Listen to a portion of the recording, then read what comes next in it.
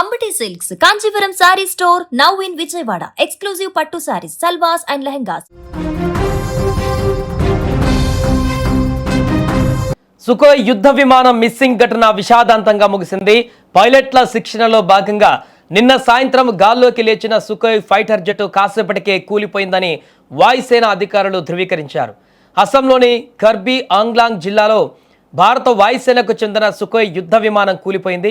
ఈ ప్రమాదంలో విమానంలోని 2 పైలట్లు ప్రాణాలు కోల్పోయారని అధికారికంగా ప్రకటించింది. మరణించిన వారిని squadron leader Anuj, flight lieutenant పూర్వేష్గా గుర్తించినట్టుగా తెలుస్తోంది. ఇక జోర్హాట్ ఎయిర్ బేస్ నుంచి పైలట్ల శిక్షణలో భాగంగా గురువారం సాయంత్రం టేకాఫ్ అయిన ఈ యుద్ధ విమానం కొద్దిసేపటికే రాడార్తో సంబంధాలను కోల్పోయింది. యుద్ధ విమానము జాడ కనిపెట్టేందుకు వాయుసేన గాలింపు చర్యలు చేపట్టింది. చివరకు జోర్హాట్కు 60 కిలోమీటర్ల దూరంలోని అటవీ ప్రాంతంలో ఇది కూలిపోయినట్లుగా అధికారులు గుర్తించారు. ఈ ప్రమాదంలో మరణించినటువంటి పైలట్ల కుటుంబాలకు వాయుసేన సంతాపం తెలిపింది. పైలట్ల కుటుంబ సభ్యులకు మా ప్రగాఢ సానుభూతిని తెలియజేస్తున్నాం. ఈ కష్టకాలంలో వాయుసేన ఆ కుటుంబాలకు అండగా ఉంటుంది అని IAF తన ఎక్స్ ఖాతాలో పేర్కొంది. ఈ ప్రమాదం పైన వాయుసేన ఉన్నత స్థాయి దర్యాప్తునకు ఆదేశించినట్టుగా తెలిపింది. విమానం కూలిపోవడానికి కారణం సాంకేతిక లోపమా లేక ఇతర కారణాలు ఏవైనా ఉన్నాయా అన్నది ఇప్పుడు దర్యాప్తులో తేలనుంది.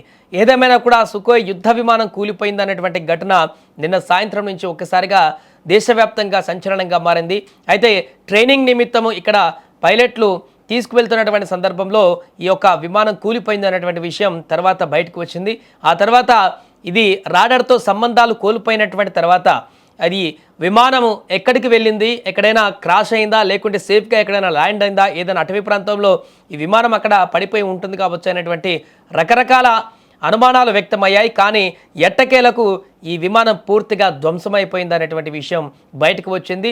ఈ యొక్క 60 కిలోమీటర్ల దూరంలో అటవీ ప్రాంతంలో ఈ యొక్క యుద్ధ విమానం అక్కడ కూలిపోయింది. దీంతో పాటుగా ఆ విమానంలో ప్రయాణిస్తున్నటువంటి 2 పైలట్లు కూడా అక్కడికక్కడ మరణించినటువంటి దుర్ఘటన అయితే ఏర్పడింది.